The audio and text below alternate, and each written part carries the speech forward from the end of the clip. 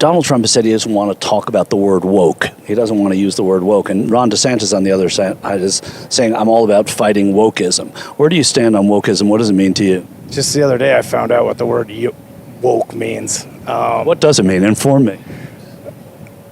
Just like millennial talk, you might want to help me here. Just kind of just the very liberal green, tree hugging, same sex, transgender, BLM. I mean, that's. Did you hear it? His answer had no actual structure. It was literally just using trigger words that he's been programmed to have a negative response to. Same with this next guy. There's a lot of discussion about wokeism. Mm-hmm. Trump has said, I don't want to talk about woke. I don't want to say the word. DeSantis is using it all the time, every other word. Where do you stand on it? What does it mean to you? It means criticize everything until you control it.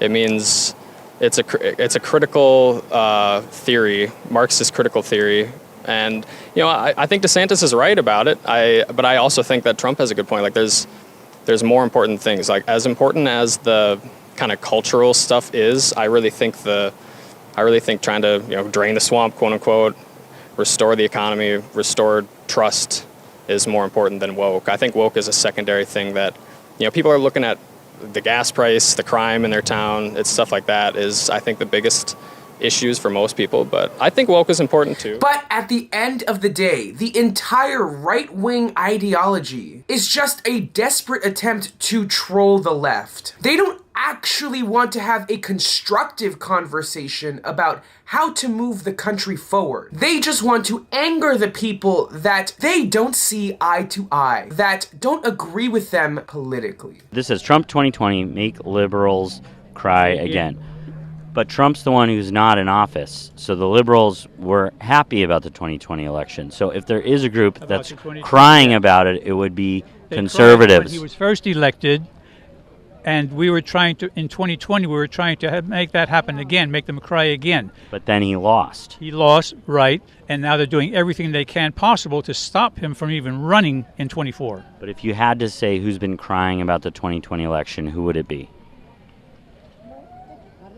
This Trump supporter was left speechless when he was forced to confront the reality of the 2020 election, that Trump lost, and he deserved it. They would rather entertain conspiracy theory than confront their own shortcomings and misplaced political anxiety. Conservatives are narcissists, driven to believe that MAGA is the end-all be-all, always putting their own feelings ahead of the facts. They would rather project their panic onto their opponent because the delusion of composure and authority is what refines their conservative ideas. I think the framers would have envisioned an AK-47 when they wrote the Second Amendment.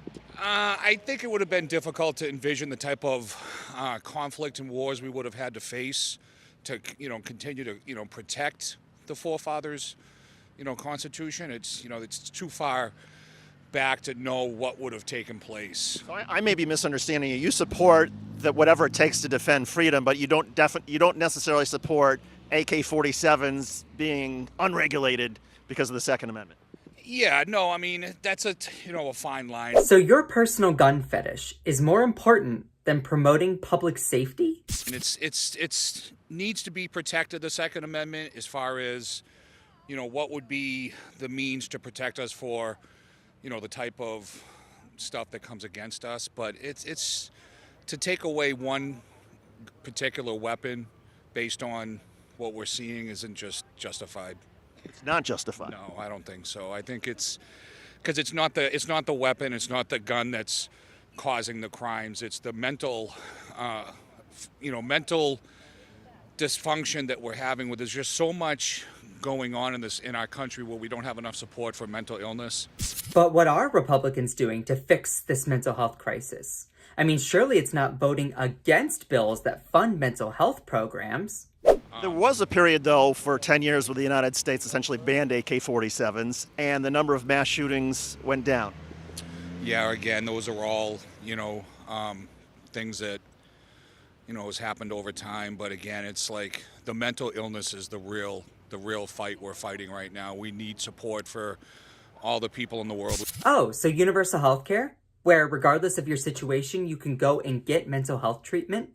Oh, but I guess just Republicans like to talk about it instead of do something about it. I come from a place where all of my friends have guns, many of them use ARs. I guess my question is do you concern as a federal official, as a lawmaker, as somebody who legislates, that something like that maybe diminishes the impact of what this moment is and kind of the conversations that's happening, at least if you're trying to reach a resolution on issues?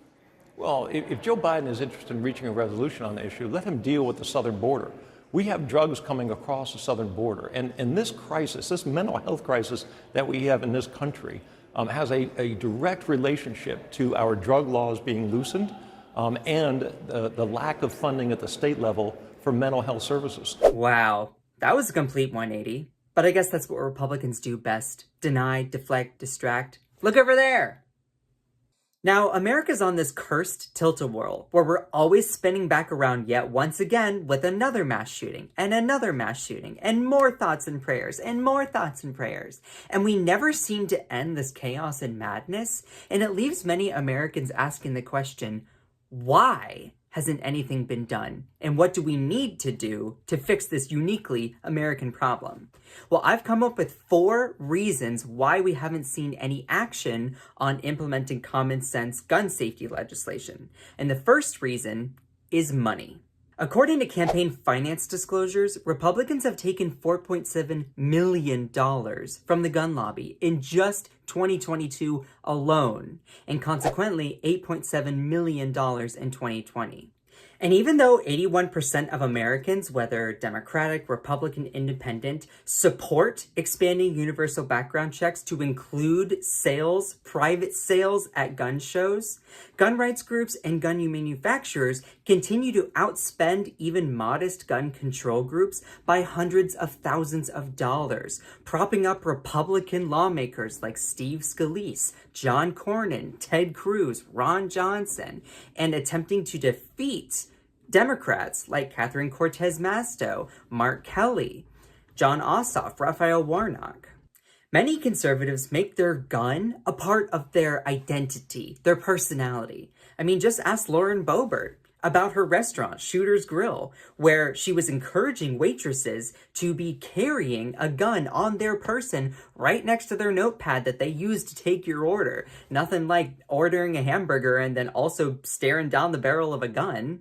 But also they make this tool, this deadly tool, a part of their personality, where they even put it in their Christmas card photos, recruiting their kids to hold assault weapons along with them and pose for their Christmas cards. And yet they have the audacity to claim that they are pro-life. Seriously, give me a break.